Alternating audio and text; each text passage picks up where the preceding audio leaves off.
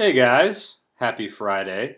I hope you've had a good week, and if you haven't had a good week, hopefully you have a good weekend. Hope you guys enjoyed this past week's short date flake with Dia Frampton and Jason Sereno. As far as next week's short goes, we're still kind of figuring that out. We may have a Thanksgiving special. We may just have a normal episode. We'll have something for you on Wednesday because, when we said we'll have a video every Wednesday, that's pact that I take seriously, and I want to make sure that we can have you guys laughing once a week. So I know that some of you guys had some frustrations that you couldn't use PayPal to help support the show on Patreon. So now you can buy the two Average Joe shirts featured right here on eBay and pay through PayPal. So we have a limited number of all of them, and we just posted it today, and they're already starting to sell. So if you order by December 5th, then we can guarantee that you'll get it by Christmas. And yeah, you can buy one or both and save a couple dollars. But when you're buying these shirts, they are directly supporting the show. It's a win-win. You get to look awesome in a new shirt, and you're supporting us so that we can continue to make you laugh. As I said last week, I have moved, so I'm in a new place. I'm really excited to be in my new place. I really am. I lived by myself for the last year. In fact, I think it's kind of good to just spend time with yourself and reflect and kind of be your own best friend, I guess. And that was a good experience, but moving in with somebody has been really beneficial so far, and I've got a great roommate, and it's just been really nice. So I'm excited to continue that and get out more and interact with people and do all that stuff. But I call this episode Onward and Upward. I'm really excited about next year. I think 2015 is going to be a big year. And to jumpstart that, I'm actually going to run a marathon. I'm going to run the Cincinnati Marathon in May, which, if you know me, I am certainly not somebody who looks like they would run a marathon. And I'm not right now. I would die if I tried that. But I think I've learned that there's not that many things that we can do in life that we have a lot of control over, especially as someone who is dedicating their life to doing something creative and achieving some success in the entertainment industry. I can make sure that we have a video for you guys every Wednesday, but as far as getting a shot to do it on a grander scale, there's only so much I can do. And so when you invest a lot of your happiness into things that you don't have that much control over, sometimes it can get you down. And so I wanted to do something for myself that I had control over. So running a marathon, I think, is that.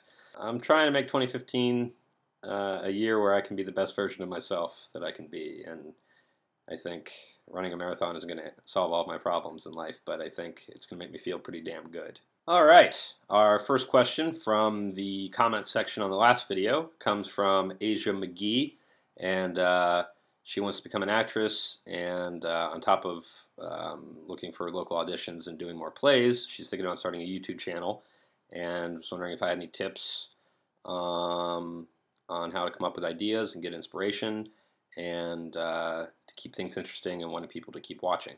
Hello. I think that's awesome. I think doing theater is a great way to continue to get better and to interact with people that are also enjoying it. I loved doing theater. I did it all the way through high school, and I miss it. I miss being on stage, and so I think that's great. As far as the YouTube channel goes, I think that's a wonderful idea. I think the best thing you can do is just be honest with your sensibilities and your sense of humor. And if it's comedy, if you want to do dramatic things, that's cool too.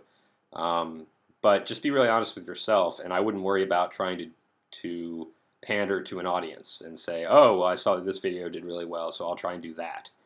I think the best thing you can do is be authentic, and also accept the fact that starting out, you're not going to get very many views, because nobody cares. And I don't mean that in a bad way, but there's so much content online that it's really hard to sort of give people a reason to watch your stuff. And the best reason you can give is by making honest, original content that they can't find anywhere else.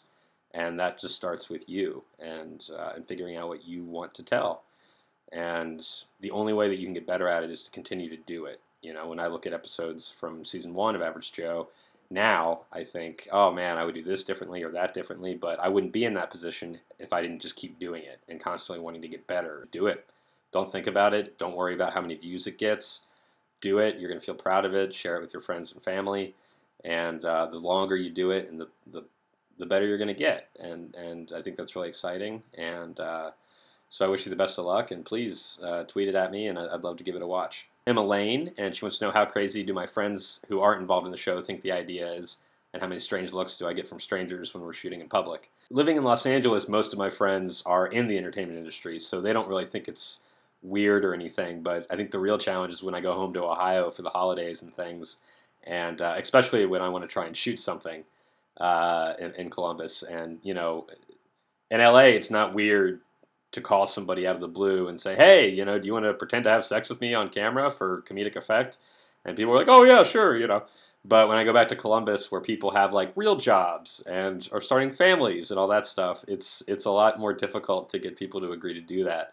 So I think, yeah, my friends back home, while they appreciate the show, I don't think they could see themselves involved with it. As far as do we get any weird looks in public spaces, in one of our upcoming sketches, there is a scene where I have to be shouting from the sidewalk, I want to have sex with you! To a girl, and there were several times while we were filming that just people would walk by and think that I was talking to them. You do get some weird looks, but, you know, you just stop filming and say, hey, I didn't mean that, or maybe I did, I don't know. That'd be a weird cat call. Aaron Clark wants to know what's the most important thing we've learned while filming Average Joe, and I think the biggest thing is just to make sure that we have a really solid script to work with. I spend a lot of time getting the scripts right. And because once you have a solid script, then you can use that as a springboard for other ideas, and you can be flexible, but you know what you need to get for the episode to work. So I take a lot of time with the script, and then before we start shooting, whether it's with Patrick or Lee or Daryl, we'll go over the scene, and then that's when they can sort of add their ideas and funny lines they could say or things that could happen. But without having a really solid foundation, you don't know what you're filming, and then you kind of get into this dangerous world of like, all right, let's just riff and improv, and you know, and sometimes that can work out, but a lot of times you don't know what you're looking for, and you just end up wasting a lot of time. Miranda wants to know what is my favorite mac and cheese, and ugh, that is a tough one. And it sucks that I'm going to have to give that up. Well, I'm not going to give it up. Even if I am running a marathon, it's going to be my guilty pleasure. I like a good 5-cheese blend I like the penne noodles. Penne pasta? Penne? Yeah, I think that's how it's pronounced. And then with like cheese sauce as well. So really you're getting like 6 cheeses. At the end of the day, you can't go wrong with any mac and cheese. Aiden wants to know what it was like when Andy started having his music take off. And does it give me hope for my comedy, or am I envious of him? And we're both epic. Thank you. I've never really been envious or jealous of him. I've always just been really happy for him. I remember the first time I saw the Knives and Pen video, you know, we had kind of lost touch just as I was in college, and he had moved out to LA, and so I hadn't really seen him in a little while, and so it was really interesting to watch the video and just be like, whoa, okay, you know, and I was just really happy for him, and I was so happy that it took off, and it was interesting because it's one of those things where I honestly didn't know that was the career path he wanted to go down, because, you know, the last that we had really sort of spent time together, you know, most of our topics were either sports or comedy or pro wrestling or things of that nature. So I didn't really fully understand the passion that he had for music, and so, you know, at the very beginning I may have been a little envious because I was, you know, 20 and in college studying my craft, and he was, 18, 19, and already doing very well. But yeah, I was never jealous or anything, so it's been really fun watching the progression and watching him grow as an artist and a songwriter and a singer and all that. So, and it's just really rewarding that we get to work on the show together and collaborate, because I sure as hell wouldn't be singing anything. Alan wants to know who my biggest comedy influences are. I grew up with you know, the early Adam Sandler movies and Jim Carrey movies, so Ace Ventura and Dumb and Dumber and The Mask and Billy Madison and Happy Gilmore. Those were big ones for me. And then also people like Steve Martin. The Jerk is one of my favorite movies. And Mel Brooks, movies like Spaceballs and Blazing Saddles. Woody Allen is somebody that I really admire. He's been able to make a movie every year since like 1968. He's written, directed, and sometimes acted in.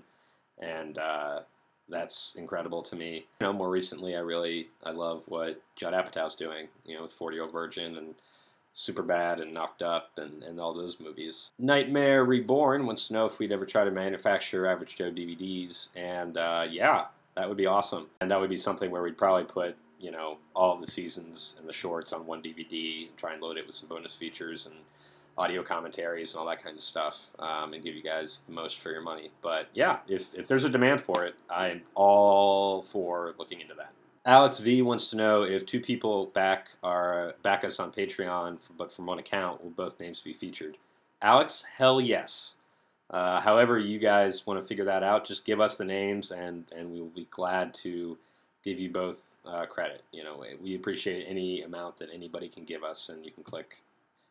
Go to this page. I'm not going to bore you with all the specifics again, but you know that we need money to continue to make the show. So check out our Patreon page, and please consider helping us out. Courtney wants to know how many shorts are we planning on releasing, and that answer is an indefinite number. And every Wednesday you can count on a new short.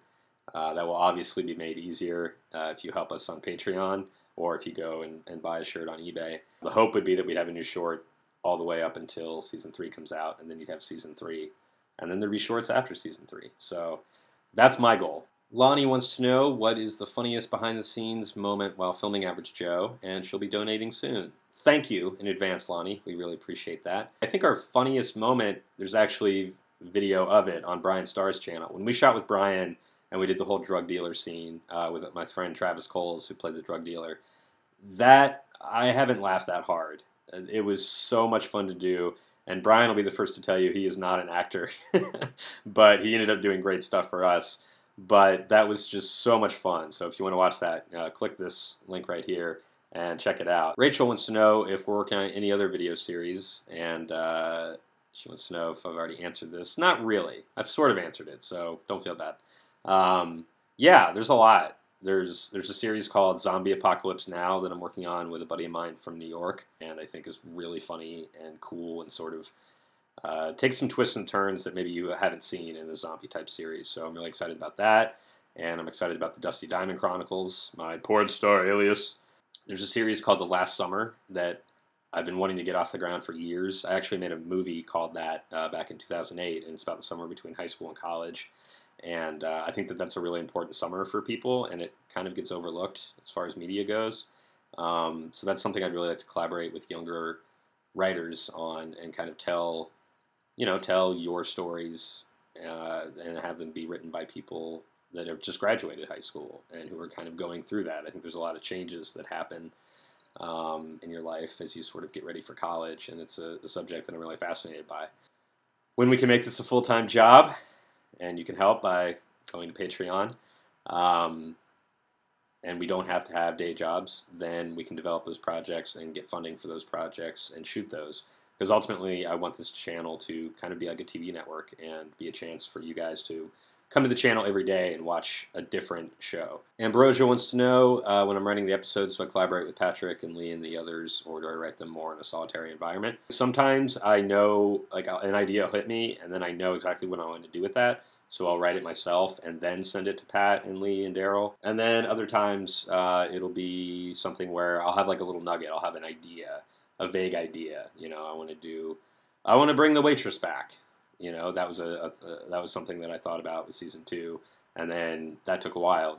That's all I had, and so I just talked with Lee and the other guys, and slowly we sort of together formed how the waitress would come back, how that would happen, and then once we have a pretty solid idea of where it'll go, then I'll go and write it by myself, and then bring it back to them. Resurrected Skeleton wants to know if making Average Joe has taken over my life in some way.